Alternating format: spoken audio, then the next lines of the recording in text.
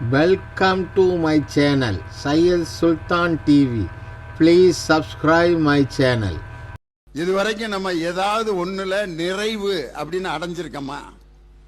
நிறைவு போதும்பா அப்பா அப்படின்னு சொல்ல ஹோட்டல்ல ஏதாவது ஒன்று ஆர்டர் பண்ணி சாப்பிட்டுக்கிட்டு இருக்கும்போது கூட சாப்பிட்டு முடிச்சுட்டு எந்திரிச்சு போறப்ப என்ன சொல்லிக்கிட்டே போவோம் தெரியுமா? ஒரு தோசையும் வடையும் சாப்பிட்டுருப்பேன். வெளியே போறப்ப இட்லி 4 சாப்பிட்டுருக்கலாம். இந்த தோசை பழைய மாவை போட்டிருப்பேன் போல, இட்லினா கொஞ்சம் நல்லா இருந்திருக்கேன், கருக விட்டுட்டேன். சாப்பிட்ட தோசை மேல ஒரு நிறைவு இல்லாம இருக்கும்.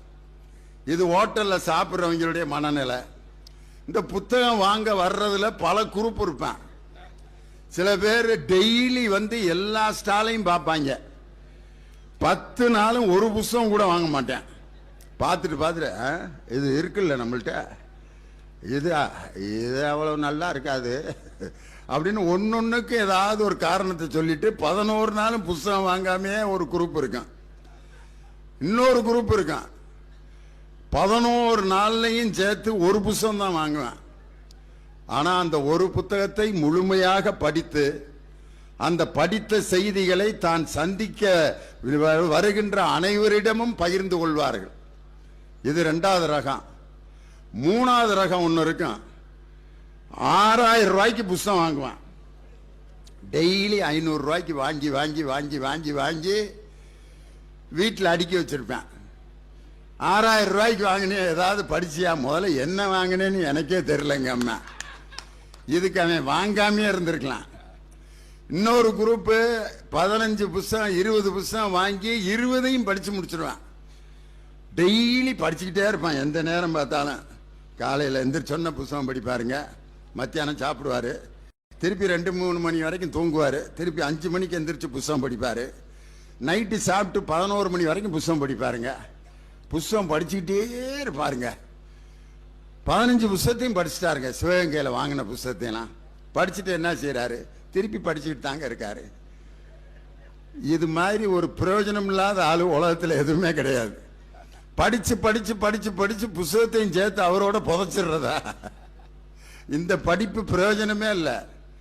அந்த ஒரு புத்தகத்தை மட்டும் படித்து அந்த கிடைத்த அறிவை மற்றவர்களோடு எவன் பகிர்ந்து கொள்கிறானோ அவன்தான் சிறந்த அறிவாளி. அந்த மாதிரி ஆளா நம்ம இருக்கணும். அதனால நாம் படிச்ச புத்தகத்திலிருந்து செய்திகளை மற்றவங்களுக்கு சொல்லணும். இந்த புத்தக திருவிழாவில் வந்து புத்தகம் வாங்கினவங்கள மனநிறைவோட போனவங்க யாரும் இருக்காது. கல்யாணம் முடிச்சு மனைவியோட வாழ்ந்துகிட்டு இருக்கிற ஆளு, இந்த மனைவி தான் நம்மளுக்கு வாழ்க்கையில கிடைச்ச பெரிய கிஃப்ட். அப்பா, இவ்வளவு மாதிரிலாம் ஒரு ஆள் கிடைக்கவே கிடைக்காது அப்படின்னு இதுவரைக்கும் நிறைவான ஒரு வார்த்தை யாராவது சொல்லியிருக்கீங்களா? சிரிக்கிறார் ஒருத்தர். முதல்ல நீ சொல்லியிருக்கியாயா அப்படின்னு கேட்கணும். சில பேர் கல்யாணம் முடிச்சா அன்னைக்கு சாயங்காலம் சொல்லுவான், வேற ஒரு நல்ல பொண்ணா கூட பார்த்துருக்கலாம்டா, கொடைக்கானல் போயிட்டு இருக்காயா ஹனிமூனுக்கு, அப்போ சொல்லிட்டு போனேன். அப்பயே எங்கள் மாமகளை கட்ட சொன்னாங்க. அவன் ஹனிமூனை ரசிப்பான்னு நினைக்கிறீங்க? இதைத்தான் சந்திரபாபு சொன்னாரு கல்யாணம் கல்யாணம்ங்கிற பாட்டில். கல்யாணம் கல்யாணம் வேணும் வாழ்வில் கல்யாணம், உல்லாசமாகவே உலகத்தில் வாழவே மாப்பிள்ளையாகி ஆனந்தமாக மனமாலை சூடிடும் கல்யாணம். ஆஹா கல்யாணம் கல்யாணம், மங்காத இன்பமே மனைவியினாலே மாமியார் வீடு சொர்க்கத்தை போலே, ஆணுக்கு பெண்ணும் பெண்ணுக்கு ஆணும் வேணும் கட்டாயம் வாழ்விலே கல்யாண வைபவம் மாப்பிள்ளையாகி ஆனந்தமாக மனமாலை சூடிடும் கல்யாணம். ஆஹா கல்யாணம் ஆஹா கல்யாணம். அதுல ஒரு வார்த்தை சொல்லுவார், பட்டண பெண்ணோ பட்டிக்காடோ கட்டின ராஜா ஹனிமூன் போடா. பட்டிக்காட்டு பிள்ளையா, கருப்பா இருக்கிற பிள்ளையா, கட்டிட்டியா ஹனிமூன் போ. இன்னும் ஒரு நல்ல பொண்ணா கூட பார்த்திருந்திருக்கலாம்னு எவன் நினைச்சானோ சாக வரைக்கும் வாழ்க்கை நரகன்னா. அதனால நம்ம கல்யாண இல்லற வாழ்க்கையில மனநிறைவோட யார் இருக்கா? மனசாட்சியை தொட்டு சொல்லுங்க. உன்னைய என்னைக்கு நான் கட்டுனனோ அன்னைக்கு தொடங்குச்சு என் வாழ்க்கையில நரகம். சொல்லுவான், கோபத்தில் சொல்லுவான். அந்த மாதிரி இந்த ஆளுக்கு என்னைக்கு நான் கழுத்தை நீட்டினோ அதுக்கு பேசாம தூக்கு கயிறுக்கு கழுத்தை நீட்டி இருக்கலாம் அப்படின்னு சொல்லுவாங்க. பிள்ளைய பெத்த பிள்ளைய மேல மனநிறைவோட யாராவது பெற்று அந்த பிள்ளைகளை வளர்க்குறாங்களா? எல்லாருக்கும் நல்ல நல்ல பயல்களா இருக்காங்க.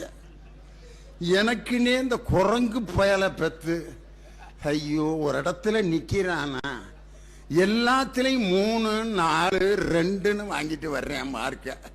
பக்கத்து வீட்டுக்காரன் 100, 100, 98, 96ன்னு வாங்குறேன். புள்ளன்னா அப்படி பறக்க வேணாமா? பிள்ளைய மேல அதிருப்தி இருக்குதா இல்லையா? யோசனை பண்ணி பாருங்க. மன நிறைவு இல்ல. ஒரு வீடு கட்டி முடிக்கிறான், அதுல ஏதாவது மன நிறைவோட கட்டி முடிக்கிறோமா? அப்பா நல்ல வீடா கட்டிட்டோம்டா அப்படிங்கிற நேரத்தில் ஒருத்தன் வந்து யோசனை சொல்லுவேன், பாத்ரூம் எங்க கட்டியிருக்கிய? வலது பக்கம். வலது பக்கமா? கிழக்க. என்ன ராசி, என்ன நட்சத்திரம்? கடக ராசி, ஆயிலிய நட்சத்திரம். கிழக்க பாத்ரூம் கட்டியிருக்க.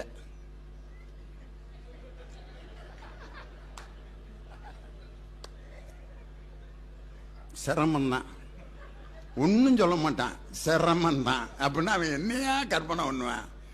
பெரிய உயிருக்கு ஆபத்துன்னு ஒரு ஆத்தையை போட்டு விட்டுருவான். அந்த வீட்டில் கிளடு கட்ட யாரும் இருக்காது, இவன் தான் இருக்கிறதுலே பெரியவன். என்ன ஆக அவன் மனநிலை? கிழக்க பாத்ரூம் கட்டினது கடகராசி ஆயிலிய நட்சத்திரத்துக்கு ஆகாதுன்னு அடிச்சு விட்டு போயிட்டேன். நான் இன்னைக்கு இந்த சிவகங்கையில் கேட்கிறேன், அறிவுபூர்வமான மக்கள், கிழக்க பாத்ரூம் கட்டினாலும் மேற்க பாத்ரூம் கட்டினாலும் வடகிழக்க கட்டினாலும் கிழக்கு தெற்க கட்டினாலும் பாத்ரூம்ல உட்காந்து என்ன வேலை பார்ப்போமா? அதை தவிர வேற ஏதாவது பார்க்க முடியுமா? பாத்ரூம்ல பரதநாட்டியம் ஆட முடியுமா? இல்ல பாத்ரூம்ல வந்து பிரியாணி வாங்கி திங்க முடியுமா? இல்ல பாத்ரூம்ல வந்து என்னத்தை நான் சொல்றது, அங்க எங்கிட்டு திரும்பி உட்காந்தாலும் எது எங்க இருந்து வருமோ அதை தவிர வேற ஏதாவது வரப்போகுதா? கிழக்க திரும்பி உட்காந்து இந்த சிவகங்கையிலாம் இப்போ பரவாயில்ல, நிறைய நவீன கழிப்பறைகள் வந்ததுனால பிரச்சனை இல்லை. இன்னைக்கு முள்ளுச்செடியில் உட்காந்து போறாள் இருந்துட்டு தானே இருக்கான், பீடியை பற்ற வச்சுட்டு. அவன் கிழக்க திரும்பி போறானா மேற்க திரும்பி போறானா வாஸ்து பார்க்கறானா யார? அவனை நிம்மதியா போயிட்டு இருக்கானே. ரோட்ல படுத்து தூங்குறானே அவ்வளவு சந்தோஷமா மகிழ்ச்சியா. அவன் வாஸ்து பார்த்தா தூங்குறான். என்னென்ன நம்பிக்கை இல்லையா? மனசு அந்த பாடுபடுத்து. இதுல நம்பி இப்படி கட்டியிருக்கலாமே, இப்படி செஞ்சிருக்கலாமே, அப்படி பண்ணிருக்கலாமா, இவனை இதை படிக்க வச்சிருக்கலாம், இன்ஜினியரிங்க படிக்க வச்சு வெட்டி பயலா போயிட்டான்.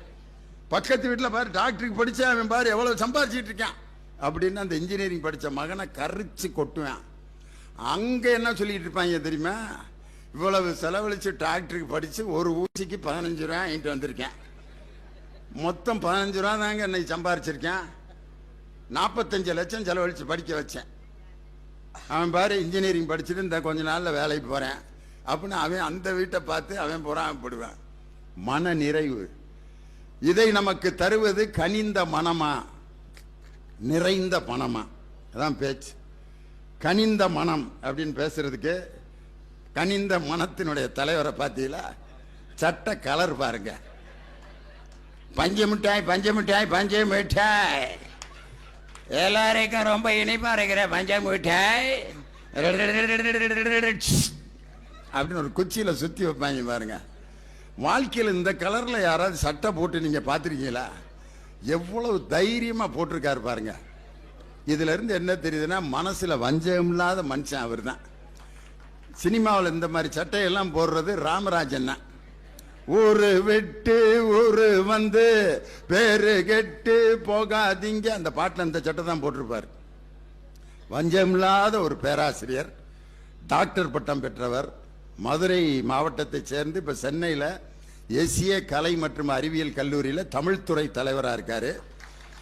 பேராசிரியர் டாக்டர் விஜயகுமார் ஆவேசமாக தன் கருத்துக்களை வழங்குவதில் ஆற்றல் மிக்க பேச்சாளர்.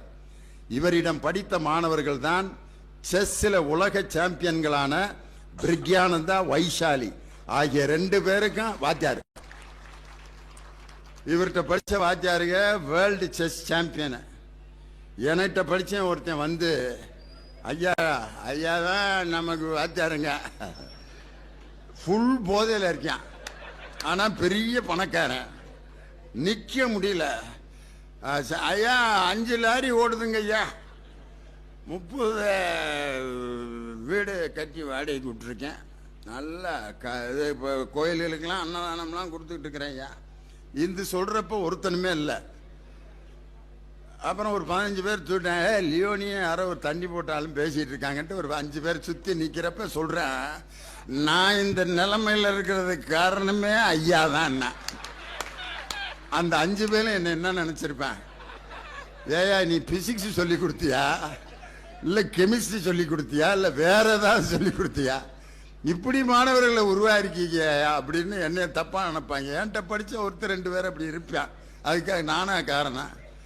என்கிட்ட படித்த ஒருத்தர் திருவண்ணாமலையில் எஸ்பியா இருக்காரு, பிரபாகரன் IPS. அந்த மாதிரி மாணவர்கள் இருக்காங்க, இந்த மாதிரி மாணவர்கள் இருக்காங்க. ஒரே பாடம் தான் நடத்தினேன். அதே மாதிரி இந்த அணியில் பேசுவதற்காக வருகை இருந்திருப்பவர் உங்கள் மாவட்டத்தின் மண்ணின் மைந்தர், தேவகோட்டையில் அரசு நூலகத்தில் நூலகராக பணியாற்றி கொண்டிருக்கிறார். உங்கள் டிபார்ட்மெண்ட் நடத்துகிற ஃபங்க்ஷன் இது தெரியுமா? தேவகோட்டை ராஜன் பாட்டு பாடினார்னா இந்த மைக்கே தேவையில்ல. ஒரு காலத்தில் மைக்கே இல்லாமல் TR மகாலிங்கம் வந்து வள்ளி திருமணத்தில் பாடுவாராம். ஒரு 5000 பேர் அப்படியே மைக் இல்லாம கேட்கிற அளவுக்கு அந்த குரல் அப்படி இருக்கான். காயாத கானகத்தை நின்று லாபம் அப்படிங்கும் போது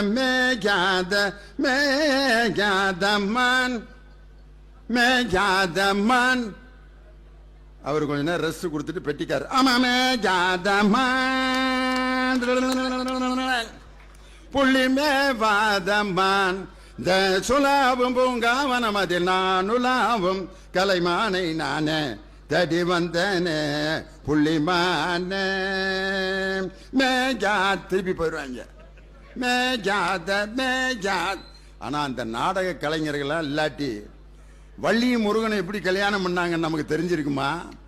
வீரபாண்டிய கட்டபொம்மன் எப்படி வீரத்தை விளைத்தாருங்கிற விவரம் நமக்கு தெரியாமல் போயிருக்குமா? தூக்கு தூக்கிங்கிற நாடகத்தை நடத்தி காட்டுவாங்களே, அந்த நாடக கலைஞர்களெல்லாம் நான் உண்மையிலே வணங்குறேன். இந்த சிவகங்கை அந்த நாடக கலைஞர்களுடைய மையம். அதனால தான் அவங்கள நான்லாம் இன்னைக்கு கையெடுத்து கும்பிடுறேன் நான். அப்படி மேயாத மான்னு கடைசி வரைக்கும் மானை மேயவே விட மாட்டாங்க. அப்படி பாடுவாங்க. அப்படி பாட்டுக்கு சொந்தக்காரர் என் தம்பி தேவகோட்டை ராஜன். சிங்கப்பூருக்கு வந்திருந்தாரு, துபாய்க்கு வந்திருந்தாரு. இந்த நாட்டுக்கெல்லாம் போயிட்டு வந்தோம்னு சொன்னால் நம்ப மாட்டேங்கிறாங்க. அமெரிக்கா கனடாக்கெல்லாம் போயிருக்கேன். சும்மா ஓட்டாதையா, சும்மா ஏதோ இந்த போட்டோ அமெரிக்காவில் பேசியேன் பார்த்தியா அப்படின்னு. நான் உனக்கு இப்போ 5 போட்டோ எடுத்து காட்டுட்டா ஜப்பானில் பேசின மாதிரி அப்படின்னா. நான் எங்கேயும் போகலடா விடுறா, உனக்கு ஏன்டா இப்போ நான் எங்கேயும் போகக்கூடாதுங்கிறதுல ரொம்ப கவனமாக இருக்கேன் அவன். அது மாதிரி தேவகோட்டை ராஜன் இவங்க 2 பேரும் கனிந்த மனத்துக்கு சொந்தக்காரர்கள். இல்லை நிறைந்த பணமே. வள்ளுவரே செய்க பொருளைன்னு தானே சொல்லியிருக்காரு. திரைகடல் ஓடியும் திரவியம் தேடுன்னு தான் சொன்னாங்களே ஒழிய திரைகடல் ஓடி நல்ல மனங்களை தேடிட்டு வந்து பிச்சை எடுக்கிறதா? துபாயில போய் திரவியம் தேடு, பொன் பொருளை தேடி கொண்டு வா, அப்பதான் நீ மகிழ்ச்சியா இருக்க முடியும். வள்ளுவரே வந்து அறம் பொருள் இன்பம், அறத்தோடு வாழ வேண்டும், இன்பத்தோடும் வாழ வேண்டும். இதற்கு என்ன தேவை? நடுவில் எதை வச்சார் பார்த்தீங்களா? பொருள். அறத்தோடு வாழ வேண்டுமா, இன்பத்தோடு வாழ வேண்டுமா? நடுவில் இருக்கிற பொருள் இல்லைன்னா சிங்கிதான் அப்படின்னு யாரு? நான் சொல்ல, வள்ளுவர். கண்ணதாசன் ஒரு பாட்டு எழுதியிருப்பார். வரவு 8 செலவு 10 அதிகம் 2 கடைசியில் துந்தனா துந்தனா துந்தனா. அது என்ன துந்தனானா என்ன? யாரா இது வரைக்கும் யோசிச்சிருக்கீங்களா? சொல்லுங்க, துந்தனானா என்ன? யாருக்காவது தெரியுமா? ஐயா தெரியுமா துந்தனா? சொல்லுங்க, யாராவது தெரிஞ்சவங்க. துந்தனானா அந்த ஒரு கம்பி மட்டும் இருக்கும், இந்த பூசணிக்காய் மாதிரி ஒரு ரவுண்டு இருக்கும், ஒரு குச்சியில் ஒரு கம்பி மட்டும் வச்சுட்டு இப்படி வாசிக்கிட்டே பிச்சை எடுத்துட்டு வருவாங்க. டிங் டிங் டிங் டிங் டிங் டிங் டிங் டிங் டிங். அதுக்கு பேர் தான் துந்தனா. வரவு 8 செலவு 10 இருந்தீங்கன்னா கடைசியில் துந்தனான்னா பிச்சை தான் எடுக்கணும். 2 கூட செலவழிச்சினா பிச்சை தான். கண்ணதாசன். இந்த அணாங்கிற வார்த்தை நாங்களாம் சின்ன பையலா இருக்கும்போது 1 2 3 ஒரு அணாங்கிறது 6 காசு. 6 காசா 12 காசா? 6 காசு. 8 8 48 காசு, 50 காசு. அதே மாதிரி ₹1 வந்து 16 அணா, 6 16 96, அதான் ₹1. அது வந்து 12 அணா, 8 அணா, 10 அணா, 12 அணா, அரை அணா அப்படின்னு ஒன்று இருக்கு. இந்த முக்கோண காசு நீ பார்த்திருக்காது. கால்னான்னு ஒரு ஓட்ட காசு இருக்கான், அது நடுவில் ஓட்டையா இருக்கும், செப்பு காசு, அதுக்கு பேர் காலனா. இருக்கிறதுலயே அப்ப சின்ன காசு எதுன்னா சல்லி, ஒரு சல்லி அதுக்கு பேரு. அதனாலதான் இன்னைக்கு வந்து எவனாவது கேவலமா நடந்துக்கிட்டாங்கன்னா அவன் என்னன்னு சொல்லுவான், அவன் கிடக்குறான் சல்லிப்ப. சல்லிப்பேன்னா அந்த ஒரு காசு கூட பிரயோஜனம் இல்லாத பயனா அர்த்தம் சல்லிப்ப. அந்த சல்லி எல்லாம் ஒரு மூட்டையில கட்டி மாட்டோட கொம்புல கட்டி விட்டு அந்த காசை எவன் கைப்பற்றான், அந்த மாட்டை பிடிச்ச அடக்கி அந்த காசை எவன் கைப்பற்றுறானோ அவனுக்கு அந்த காசு சொந்தம். அந்த ஜல்லியை மாட்டின் கொம்பின் மீது கட்டி விளையாடினதுனால தான் அந்த விளையாட்டுக்கு பேரு ஜல்லிக்கட்டுன்னு பேர் வந்ததுக்கு காரணம். சல்லி காசுகளை ஒரு மூட்டையில கட்டி 2 கொம்புலையும் மாட்டில் கட்டி விட்டுட்டு நீ புடிச்சு அந்த காசை எடுத்துக்கிடான்ட்டு. தமிழனுடைய விளையாட்டுக்கள் கூட எப்படி வீரமா இருந்திருக்கு பாருங்க. சல்லி, இதுக்கு எத்தனை பேர் இருக்கு? காசு, பணம், துட்டு, மணி, சல்லி, பைசா, மால், என்னது மாலு, டப்பு, இப்படிலாம் ஒரு பேர் இருக்கு பாருங்க. துட்டு அப்படிங்கிறது டச்சுக்காரன் கொண்டு வந்த வார்த்தை. இன்னைக்கு சென்னையில துட்டு இருக்கா, துட்டு கொண்டு வந்தியா, நான் துட்டு இல்லாம எதுக்கு வந்தா அப்படிமா. நம்ம ஊர்ல துட்டுன்னா தெரியாது, அங்க சென்னையில துட்டுன்னு ரொம்ப ஈஸியா சொல்லுவாங்க. நயா பைசா, நயானா புதியன்னு அர்த்தம் இந்தியில. புதுசா கொண்டு வந்த காசு பேர் தான் பைசா. ஆனால இருந்து பைசாக்கு வந்து 100 பைசா ₹1 அப்படிங்கிறது எந்த வருஷம் வந்துச்சுன்னா 1957 வருஷம் தான் 100 பைசா ₹1 அப்படிங்கிற சிஸ்டமே வந்துச்சு. பைசா ரூபா அப்படின்னு. இன்னும் எத்தனை பேர் இருக்கு? துட்டு, காசு, பணம், நாணயம். ஆஹா, கலைஞரை தான் சொல்லுவாங்க. கவிஞர் வாலி சொல்லுவாரு, கலைஞரே நீ தமிழகத்தின் சூரியன், நீ நாணயம் மிக்கவன் மட்டுமல்ல, இந்த தமிழர்களுக்கு நாணயமானவனாகவும் நீ இருந்ததால் தான் உன்னை முத்தமிழ் அறிஞர் என்று சொல்கிறார்கள். உன்னிடமிருந்த நாணயத்தால் நீ பெயர் பெறவில்லை, மக்களுக்கு நீ காட்டிய நாணயத்தால் பெயர் பெற்றாயின்ட்டு அந்த நாணயம்ங்கிறத வச்சு கவிஞர் வாலி கலைஞரை சொல்வார். அப்படி பணம் தான் வாழ்க்கை அப்படின்னு பேசுறதுக்கு யாரு? கவிஞர் இனியவன், அற்புதமான பேச்சாளர்.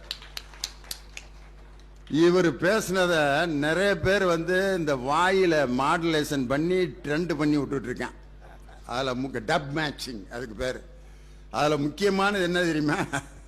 அண்டங்காக்கா கொண்டக்காரி ரண்டக ரண்டக ரண்டக ரண்டக அப்படின்ற ஒரு பாட்டு. அந்த பாட்டுக்கு ஒரு விளக்கம் கொடுத்தாரு பாருங்க மனுஷன். கவி பேரரசு வைரமுத்து மயக்கம் போட்டு விழுந்துட்டாரு. நான் சத்தியமா அப்படிலாம் நினைச்சு எழுதவே இல்லடான்னு. அண்டங்காக்கா கொண்டைக்காரி, அண்டத்தை காப்பவள் மதுரை மீனாட்சி, 6 சொல்லுக்காரி, 5 எழுத்து மந்திரம், 8 எழுத்து மந்திரம், இதெல்லாம் கடவுள்களை பாடிய பாடல். இது ஒரு கடவுள் வாழ்த்து. எது? அண்டங்காக்கா கொண்டைக்காரிய.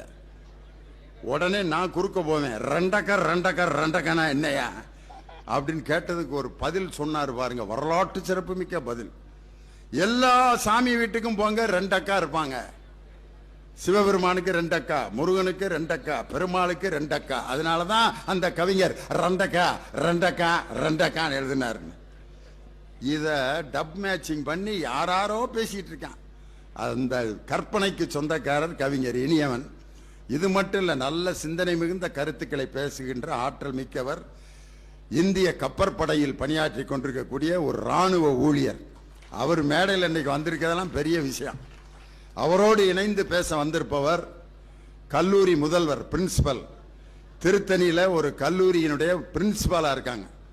நாளை காலையில நீங்க போனீங்கன்னா அவங்க ரூமுக்கு வெளியே ஒரு 20 பேர் லீவு கேட்டு அப்படி கையை கட்டி நின்றுட்டு இருப்பாங்க. அப்புறம் அவரை சொல்லு, என்ன நான் பிரின்சிபால்னா உடனே பார்க்க முடியுமா? நானே போனா கூட லியோனி வந்து அப்படியா ஒரு 2:30 மணிக்கு வர சொல்லுங்க அவரை. அப்படியா லஞ்ச் டைம் பிஸியா இருப்பாங்க பிரின்சிபல்ல. அதனால அப்படிப்பட்ட ஒரு பொறுப்புமிக்க பதவியில் இருக்கக்கூடிய காமர்ஸ், அதாவது எம்காம் பட்டத்தில் பிஹெச்டி வாங்கியிருக்காங்க. வணிகவியலில் பிஹெச்டி. அது ஒரு பெரிய சாதனை தான். காமர்ஸ் படிக்கிறதே கஷ்டம், அதுல டாக்டர் பட்டம் வாங்குறது மிகப்பெரிய சிறப்பு. அதனால எங்கள் அருமை சகோதரி பேராசிரியர் முனைவர் பிரின்சிபல் வேதநாயகி பணமே அப்படிங்கிற அணியில நிறைவு செய்ய வந்திருக்காங்க. ஒரே ஒரு வார்த்தை, பணம் ஒரு மனுஷனை என்ன பாடுபடுத்தும். காசே இல்லாம ஒருத்தன் நடந்து வந்தான்னா கண்டுபிடிச்சிடலாம், ஒன்றும் இல்லை போல இருக்கு அப்படின்னு. வணக்கம் லியோனி சார். பட்டிமன்றம்லாம் ஒன்றும் இல்லையா? இல்லை, நேற்று சிவகங்கையில் பேசுனீங்களா? காசு கொடுத்தாங்களா? ஏதோ கொடுத்தாங்க, ஆனால் நிறைய கொடுத்துருப்பாங்கல்ல அப்படின்னு காசை பற்றி பேசுகிறான்னா அவன்கிட்ட இல்லைன்னு அர்த்தம். கண்டுபிடிச்சிடலாம். ஏன் ரொம்ப சிரமத்தில் இருக்கியா? வாங்கினேன் ஒருத்தையும் கூட கடன் கொடுக்க மாட்டேங்கிறேன் ஐயா அப்படின்ட்டு புலம்பிட்டு இருப்பேன். கண்டுபிடிச்சிடலாம், ஐயாட்ட ரூபா இல்லை. பாக்கெட்டில் ஒரு 5000 ரூபா இருந்தா நட வேற மாதிரி இருக்கும். லியோனியா நல்லா இருக்கியா? என்ன லியோனி எப்படி இருக்கா அப்படின்னு கேட்டவன், லியோனியா நல்லா இருக்கியா? வட்டி பண்றான் நிறைய போவீங்களாம்ல, எப்படி எப்படி மாறுது பாருங்க. இதைத்தான் நம்மால் சொன்னா, கோமணத்தில் 3 காசு இருந்தா கோழி ஊப்பிட பாட்டு வருமா? கோமணத்தில் 3 காசுக்கே கோழி ஊப்பிட பாட்டுன்னா 1 லட்சம் ரூபாயை ஒருத்தன்ட்ட கொடுத்து ஒரு பஸ்ஸில் அனுப்பிவிடுங்க. சும்மா போறப்ப ஒரு 10 ரூபாயை எடுத்துட்டு டிக்கெட் வாங்கிட்டு மீதி 2 ரூபாய் பாக்கெட்டில் போட்டு ஆம்பாட்டு தூங்கி எல்லாத்து மேலேயும் விழுந்துட்டு வர்றேன். அதே ஆள்கிட்ட ஒரு 1 லட்சம் ரூபாயை கொடுத்து காரைக்குடியில் போய் இதை அவர்கிட்ட கொடுத்துரு அப்படின்னு பஸ்ஸில் ஏற்றி உட்கார வைங்க. தூங்குவான்னு நினைக்கிறீங்க? 1 லட்சம் பேக்கில் இருக்கு. பக்கத்தில் இருக்கேன் பூரா திருடை மாதிரியே தெரியும் அவனுக்கு. ஒருத்தர் வாங்க சார், எதுக்கு எனக்கு வணக்கம் போடுறேன், ரூபாய் நோட்டம் போட்டாங்கடா, இந்த பக்கம் இருக்கேன், உங்களை எங்கேயோ பார்த்தேன், என்னே நீ பார்த்துருக்க மாட்டேடா, எல்லாம் பையில் இருக்க ரூபாயை பார்த்துட்டு லெவல் பண்றாங்க அப்படின்னு. கண்டக்டர் எங்க போகணும்னு கேட்பாரு. நான் எங்க போனேன் உனக்கு என்ன? இவங்க 2 பேரும் 3 பேரும் சேர்ந்து கூட்டணி வச்சு இறங்குறதுக்குள்ள அடிச்சிருவாங்க போல இருக்குன்ட்டு கண்டக்டரையும் சந்தேகப்படுறேன்.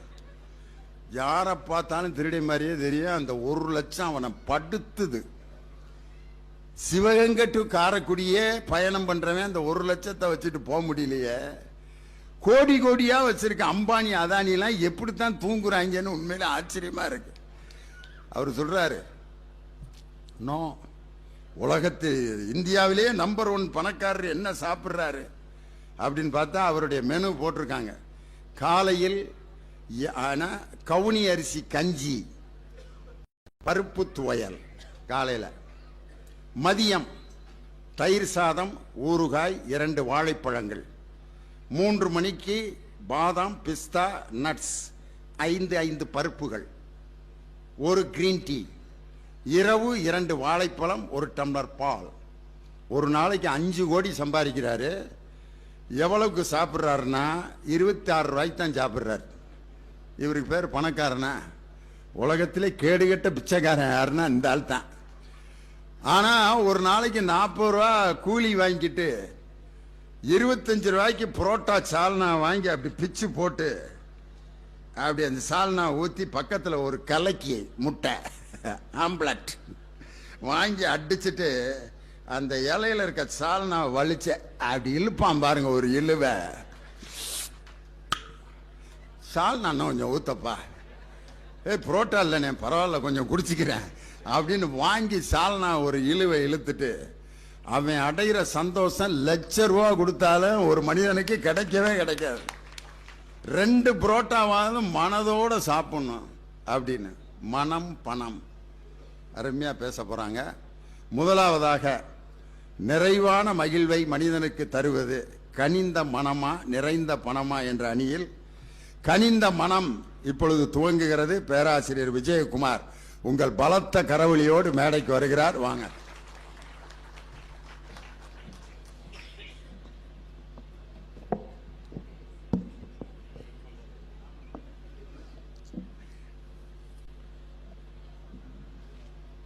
காதொளிரும்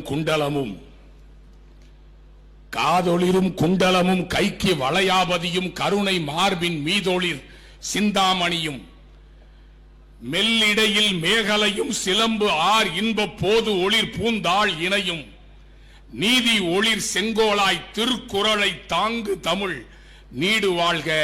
என் இனிய தமிழ் மக்களே, உங்கள் அனைவருக்கும் என் இனிய வணக்கம். பாரதி ராஜா ஃபார்முலா பத்தி இல்ல, என் இனிய தமிழ் மக்களை, உங்கள் பாசத்திற்குரிய பாரதி ராஜா பேசுகிறேன். பட்டிமண்டபத்தின் நகைச்சுவை வயாகரா, பட்டிமன்றத்தின் நயாகரா, கங்கா கௌரியின் கதாநாயகன் எங்கள் அண்ணன் லியோனி அவர்களே. வேற உதாரணமே கிடைக்கலையா விஜயகுமார்? பட்டிமன்றத்தின் வயாகரா, நகைச்சுவை நயாகரா, இதை போய் ஒரு கிராமத்தில் சொல்லிட்டு போயிட்டாரு. பட்டிமன்றம் முடிஞ்சோன்னா 5 பேர் பின்னாடி வந்துட்டான் பைய எடுத்துக்கிட்டு. மாத்திரை வச்சிருக்கீங்களா சார்? விஜயகுமார் சொன்னார் வயாகரான்னு. குடும்பத்தில் ரொம்ப பிரச்சனையா இருக்கு சார், இருந்தா கொடுத்துட்டு போய் இந்த ஊரா போய் மேடையில் பேசிட்டு லாட்ஜில் லேகியம் விற்கிறவன் நினைச்சிட்டான். வேற ஏதாவது உதாரணம் சொல்லுங்க விஜயகுமார். திருவள்ளுவர் திருக்குறளை எழுதுவதற்கு துணை நின்றது எழுத்தாணி. திருவாரூர் தேர் கம்பீரமாக வருவதற்கு துணை நின்றது அச்சாணி. சினிமாவில் கொடிகட்டி பறந்தது ஹன்சிகா மோத்வானி. திண்டுக்கல் என்றாலே ஒன்று பிரியாணி, இன்னொன்னு எங்க அண்ணன் லியோனி. அதாவது பரவாயில்ல, ஹன்சிகா மோத்வானி, திண்டுக்கல் லியோனி அப்படின்னா இந்த சோசியல் மீடியாவில் போட்டுருவாங்க. என்ன ரகசியம்? இத்தனை நடிகர்கள் இருக்கும் பொழுது ஹன்சிகா மோத்வானி, திண்டுக்கல் லியோனி என்று விஜயகுமார் பேசியதன் மர்மம் என்ன அப்படின்னு சோசியல் மீடியாவில் போட்டாங்கன்னா 5 நாளைக்கு கஞ்சி இல்லாமல் கிடப்பேன் நான். ஏயா ஏயா பண்டிதர்கள் கடத்தி சென்ற பட்டிமன்ற குழந்தையை கண்டுபிடித்து தந்த காவல் நிலையம் திண்டுக்கல் தந்த தமிழ் கரும்பு ஐயா லியோனி அவர்களை மேடையில் வீற்றிருக்கின்ற அறிஞர் பெருமக்களே, கண்ணதாஸ் அழகா சொல்வார் நீதிபதி அவர்களை. சிவகங்கை சீமையை சொல்றப்போ சாந்து போட்டு தலதலங்க, சந்தன போட்டு கமகமங்க, மதுரை கோபுரம் தெரிந்திடச் செய்த மருதுபாண்டியரை பாருங்கடி என்று சிவகங்கை சீமையில சொல்லுவார். இந்த வீரம் விளைந்த மண் வேலுநாச்சியார் அவர்கள், குயிலி அவர்கள், மருது சகோதரர்கள், ஒலிம்பிக்கிலே சாதனை படைத்த எங்கள் மாற்றுத் திறனாளி மாரியப்பன் பிறந்த மண் இந்த மண். இந்த மண்ணிலே அழகான பட்டிமன்றத்தை ஏற்பாடு செய்திருக்கிற தமிழக அரசாங்கத்திற்கும் மாவட்ட நிர்வாகத்திற்கும் பப்பாசி நிறுவனத்தாருக்கும் எங்கள் உயிரினும் மேலான ரசிக பெருமக்களுக்கும் சக்தியின் வடிவங்களாக என் கண்களுக்கு தென்படுகிற தாய்மார்களுக்கும் இனிய வணக்கத்தை சொல்லி என் தலைப்பிற்குள் பயணப்பட ஆசைப்படுகின்றேன். நீதிபதி அவர்களே, ஒரு நல்ல தலைப்பு கொடுத்துறீங்க. நிறைவான வாழ்க்கைக்கு எது அவசியம்? கனிந்த மனமா, நிறைந்த பணமா? இந்த தலைப்பிலேயே ஒரு சூட்சுமத்தை எங்கள் நடுவர் வச்சிருக்காரு. அதனாலதான் அவர் நடுவரா இருக்கிறார். பணம் தேவையில்லை என்று நாங்கள் பேச மாட்டோம். அந்த சூட்சுமத்தை பாருங்க நீதிபதி அவர்கள். அழகான தலைப்புல நிறைந்த பணம் தேவையில்லைங்க, பணம் தேவை. ஆனால் நிறைந்த பணம் தேவையில்லை, ஆனால் கனிந்த மனம் தேவை. சார், இனியவன் அப்படித்தான் பேசுவார். இந்த உலகமே அப்படித்தான் இருக்கு. நல்லா பாருங்க, புத்தகம் அமைதியா இருக்கும், புத்தகத்தை படிச்சவன் ஆட்டம் போடுவேன், நான் பெரிய ஆள்றா அப்படின்னு. பாட்டில் அமைதியா இருக்கும், அந்த பாட்டில் குடிச்சவன் ஆட்டம் போடுவான். பணம் அமைதியா இருக்கும் நீதிபதி அவர்களே, பணத்தை வச்சிருக்கிறவன் ஆட்டம் போடுவான். பணம் அமைதியா இருக்கும், பணத்தை தூக்கிட்டு போறவன் ஆட்டம் போடுவான். இந்த உலகத்துல எல்லாமே தலைகீழா தான் இருக்குது. அப்ப இனியவன் மட்டும் தலைகீழா எல்லாமே இருப்பாரு? ஏப்பா, சினிமாவில் அழகா சொன்னாம்பா, கையில் கொஞ்சம் காசு இருந்தால் நீதான் அதற்கு எஜமானன், கழுத்து வரைக்கும் காசு இருந்தால் அதுதான் உனக்கு எஜமானன். வாழ்வில் அர்த்தம் புரிந்து விடு, வாழ்க்கை வாழ பழகிவிடு. ஒருவன் ஒருவன் முதலாளி, உலகில் மற்றவன் தொழிலாளி, விதியை நினைப்பவன் ஏமாளி, அதை வென்று முடிப்பவன் அறிவாளி. பூமியை வெல்ல ஆயுதம் எதற்கு, பூப்பறிக்க கோடரி எதற்கு சொன்னான. நிறைய பணம் குறுக்கு வழியை கொண்டு வரும் நீதிபதி அவர்களே. அதைத்தான் மாட்டு வண்டி போகாத ஊருக்கெல்லாம் தன் பாட்டி வண்டியை அனுப்பினாரே எங்கள் பட்டுக்கோட்டை என்கிற பாட்டுக்கோட்டை சொன்னான். பணக்கிருக்கு தலையில் ஏறி பகுத்தறிவு மாயுது. குட்டியாடு தப்பி வந்தா குள்ளநரிக்கு சொந்தம், குள்ளநரி மாட்டிக்கிட்டா குறவனுக்கு சொந்தம். தட்டு கெட்ட மனிதர் கண்டில் பட்டதெல்லாம் சொந்தம். சட்டப்படி பார்க்க போனா 8 அடிதான் சொந்தம். உனக்கது சொந்தம், எனக்கது சொந்தம், உலகத்துக்கு எதுதான் சொந்தமடான் சொன்னானே மிஸ்டர் இனியவர். விசு படத்து வசனம் மாதிரி மிஸ்டர் முனியப்பன் நான் சொல்றத என்னன்னு கேட்டுக்குங்க. பாயிண்ட் நம்பர் 1 அப்படிம்பாரு. விசு தான் இப்படி வசனங்களை பேசி பழக்கம் படுத்தினாரு. பட்டிமன்றத்திலையும் தொடங்கிட்டீங்களா? நீதிபதி அவர்களே, மனம் இருந்தால் மார்க்கம் உண்டு அப்படிதான் படிச்சிருக்கீங்க. படிச்சிருக்கீங்க நீதிபதி அவர்களே. மனம் இருந்தால் மார்க்கம் உண்டு படிச்சிருக்கிறோம். மனம் போல் வாழ்க்கை படிச்சிருக்கிறோம். பணம் இருந்தால் மார்க்கம் உண்டு சொல்லியிருக்கானா? நடுவர் அவர்களே. சார், பணத்தை சேர்ப்பதற்கு மட்டும் வாழாதே. ஏன் தெரியுமா? உன்னை கூட்டிக் கொண்டு போக நாளைக்கு வரும் யமன் லஞ்சம் வாங்க போவதில்லை என்று ஒரு ஆட்டோவிலே மிக அழகாக எழுதியிருந்தார் நீதிபதி அவர்களே. எல்லா ரூபாய் நோட்டுகளிலும் காந்தி ஒரே போலத்தான் சிரிக்கிறார். இந்த மனிதர்கள் தான் பணத்துக்கு தகுந்த மாதிரி தன் சிரிப்பை மாற்றிக் கொள்கிறார்களே என்று ஒரு கவிஞன் எழுதினானே நீதிபதி அவர்களே. ஒரு ரூபாய்க்கு இட்லி வித்தாலே கமலாத்தாள் பாட்டி கோயம்புத்தூர்ல பசிக்கிற இந்த மக்களுக்கு உணவு போட வேண்டும் என்பதற்காக காசை பத்தி பெருசா நினைக்கலைங்க. கமலாத்தாள் பாட்டி கோவை புறநகரிலே 1 ரூபாய் இட்லி கடை, 1 ரூபாய்க்கு இட்லி கொடுத்து பசிப்பினியை போக்கினாலே அதுதாங்க கனிந்த மனம், அதுதான நிறைவான வாழ்க்கை. என்னமோ பேச வந்திருக்கிறாங்க அவங்க. சார், வீரமாமுனிவர் சொல்றார் தேம்பாவணியில 30 வெள்ளி காசுக்காக இயேசு பிரானையே காட்டிக் கொடுத்தானே யூதாஸ்.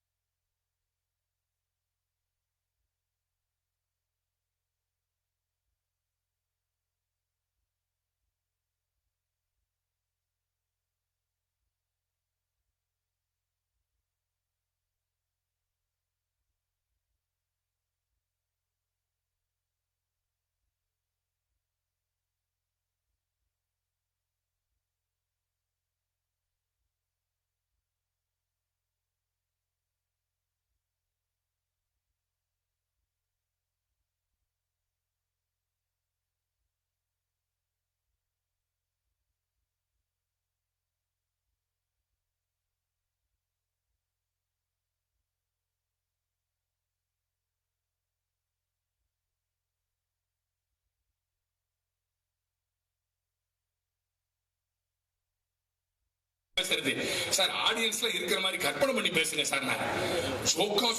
கேமராமேன் இருந்தாரு, அவர் பார்த்துட்டு ஷோக்கா சொல்ற, அவர் சிரிக்கவே இல்லை. நேரம் இறங்கி போய் இந்த கேமராமேன் தான் பார்த்தேன், எனக்கு செக்க கூட வாங்கல.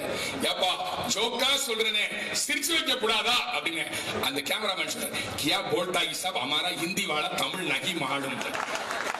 இங்க அப்படி இல்ல, நல்லா ரசிக்கிறீங்க, நல்லா சிரிக்கிறீங்க. நீதிபதி அவர்களே, இன்றைக்கு 3 செய்திகளை நான் சொல்லிக்கொண்டு என்னுடைய கருத்தை நான் நிறைவு செய்ய ஆசைப்படுகின்றேன். பணம் ஒன்றை அடைவதற்கு மார்க்கமாக இருக்கலாம், ஒன்றை அடைவதற்குரிய மார்க்கமாக பணம் இருக்கலாம். ஆனால் பணமே லட்சியமாக இருக்கக்கூடாது, இருக்க முடியாது. காதற்ற ஊசியும் வாராதுதான் கடை வழிக்கு என்று தானே சொன்னார். சார், பெரிய பணக்காரன் 3 கேள்வி இந்த மாமன்றத்தில் வைக்கிறேன். சார், பணக்காரன் பூரா ஹாப்பியா இருக்கிறான சார்? பணக்காரன் எல்லோருமே சந்தோஷமாக இருக்கிறானா? நிறைவான வாழ்க்கை, நமக்கு பணம் வந்துருச்சு, மகிழ்ச்சியா இருக்கிறானா? இல்லையே. சினிமாவில் அழகா சொன்னா, கட்டாந்தரையில் ஒரு துண்டை விரித்தேன், தூக்கம் வந்ததே அது பழைய காலமே. மெத்தை விரித்தும் சுத்த பன்னீர் தெளித்தும் தூக்கம் இல்லையே, இது புதிய காலமே என்று சொன்னார். நீங்க நினைச்சிட்டு இருக்கீங்களா பணக்காரன் போல சந்தோஷமா இருக்கான்னு? எப்ப ஐடி வரும், எப்ப அமலாக்கத்துறை வரும், எப்ப இன்கம் டாக்ஸ் வரும், எப்ப திருடே வருவான், பயந்துகிட்டே இருக்கிறானே சார். அந்த வாழ்க்கை நிறைவான வாழ்க்கையாகுமா? சோத்துக்கு லாட்டரி அடிக்கிற போது கூட எட்டயபுரத்திலே இருந்து இருட்டை கிழிக்க வந்த அந்த நெருப்பு தீக்குச்சி பாரதி பாடினான். இந்த இனியவனுக்காகவே, எங்க அம்மா முதல்வர் அம்மாவுக்காகவே பாடினான். சோத்துக்கு வழி இல்ல, பாரதி பாடினான், எத்தனை கோடி இன்பம் வைத்தாய் எங்கள் இறைவா என்று பாடினானே, அது கனிந்த மனத்தின் வெளிப்பாடு. கனிந்த மனத்தின் வெளிப்பாடு. நீ என்ன பேசிட்டு இருக்கீங்க? காசு இருக்கிறவங்க சந்தோஷமா இருக்கிறானா? இல்லையே. நீதிபதி அவர்களே, வாழ்தலின் அழகை காசு ஒருபோதுமே நிரப்பாது. வாழ்தலின் அழகை காசு ஒருபோதுமே காசு பெருசு இல்லைங்க.